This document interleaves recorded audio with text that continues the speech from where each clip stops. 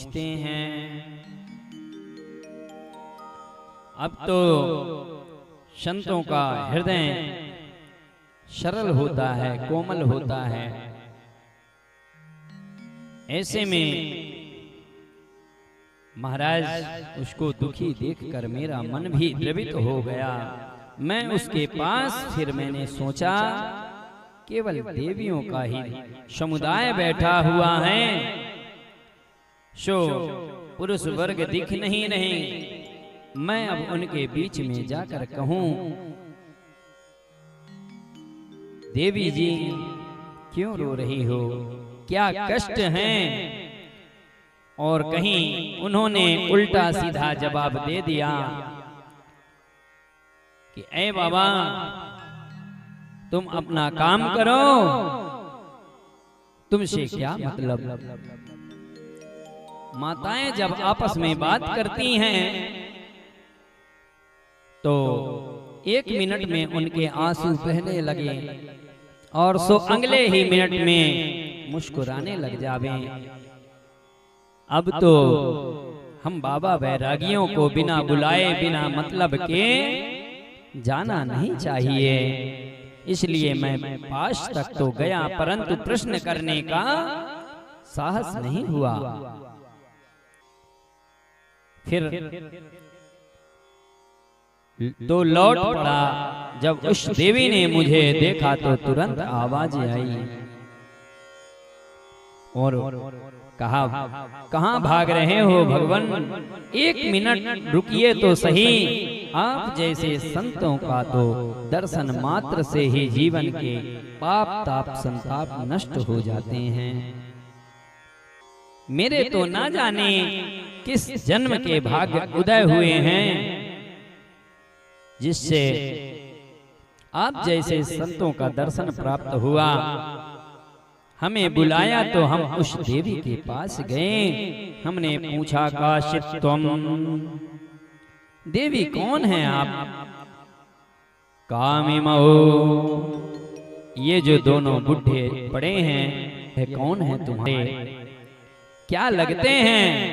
और काइमाम, यह जो देवियां आपको घेर कर खड़ी हैं यह सब कौन हैं?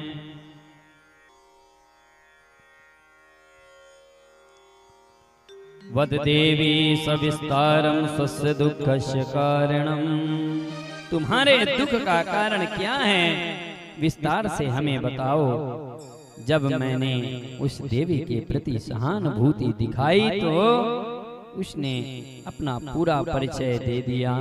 अहम भक्ति कृति ख्याता इमौ में तनयो मतो, ज्ञान वैराग्य नामानो काल योगेन जर्जरो। महाराज मैं भक्ति के नाम से विख्यात हूँ, बोलिए महारानी की जय हो। और यह जो दोनों बुढ़े मेरे सामने पड़े हैं यह दोनों मेरे बच्चे हैं। एक का नाम ज्ञान है और दूसरे का नाम वैराग्य है। यह युग का प्रभाव है, समय की विडंबना है कि माता तो नवयुवती हैं लेकिन पुत्र उनके उन्हीं के सामने बूढ़े हो गए हैं। यह समय की विडंबना है। ग्रास पर उसे तुष्टि और पुष्टि एक दूसरे के पूरक हैं।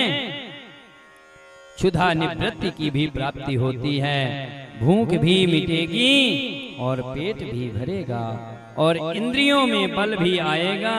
प्रत्येक ग्रास से उसे यह तीनों बातें एक साथ ही प्राप्त हो जाएंगी। उसी प्रकार स्वरूप भगवान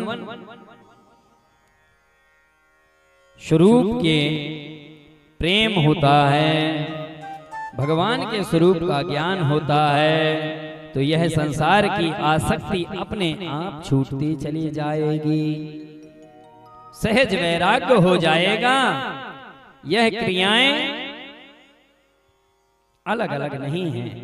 यदि आपके जीवन में कोरी भक्ति है और ज्ञान और वैराग्य नहीं है तो आपकी भक्ति बांझ है।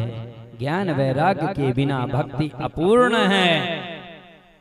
उसी प्रकार ज्ञान और वैराग्य भक्ति के पुत्र हैं। तीन लुप्ता सदाचारो योग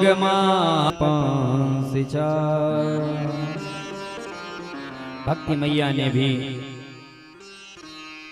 अपना नारद जी ने तुरंत भक्ति माता को वचन दिया, आप वृंदावन छोड़कर न जाइए, क्योंकि हर क्षेत्र में लोगों का आकर्षण विदेश की ओर है।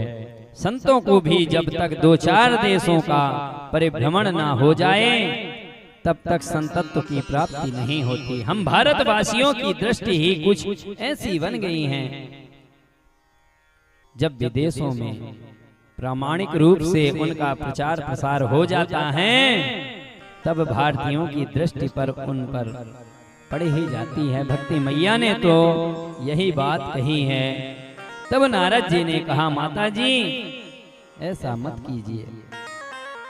सतयुग द्वापर त्रेता बड़े आनंद से आप रह रही थी, अब घोर कलिकाल आ गया। इस कलयुग में सब सदाचार लुप्त होता चला जाता है। वर्षे वर्षे क्रमात् जाता मंगलम नापि दृश्यते।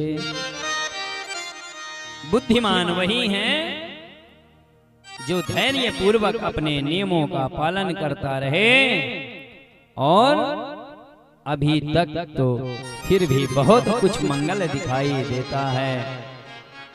ज्यों ज्यों समय बढ़ता जाएगा थोड़े बहुत शुभ कर्म दिख रहे हैं, वह भी अब दिखाई नहीं पड़ेंगे। पर आप इस घोर कलिकाल में भी इस श्रीधाम वृंदावन की भूमि में इस प्रकार से नवयुवती बनकर नाच रही हो, तो मैं कहता हूं कि धन्य है यह ब्रजभूमि, जहां इस कलिकाल में भी आपका इतना सम्मान है। वृंदावनस्य संयोग पुनस्त्वं तरुणी नवः, धन्यं वृंदावनं तेन भक्तिर्नृत्यति यत्र च। श्रीधाम वृंदावन में भूमि में भी नवयुवती बनकर भक्ति महारानी नृत्य कर रही हैं। यह बड़ी कृपा है। यत् फलं नास्ति तपसा न योगेन समाधिना,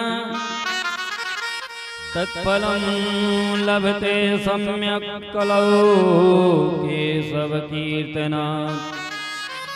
धन्य है ब्रज ना पैर, इस प्रकार मृत्यु लोक में जमाना प्रारंभ किया, और महाराज परीक्षित जब इससे मारने के लिए उद्यत हुए तो दीनहीन होकर यह कलयुग उनकी शरण में चला।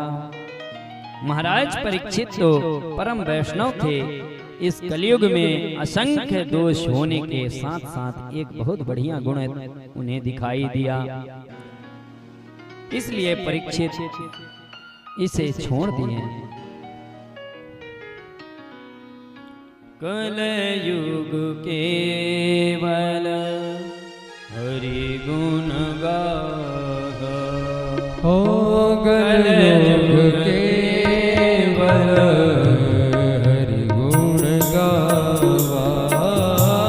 कलयुग केवल हो हरि गुण गाहा, कलयुग केवल कलयुग केवल हरि गुण गावा। गावत नर पार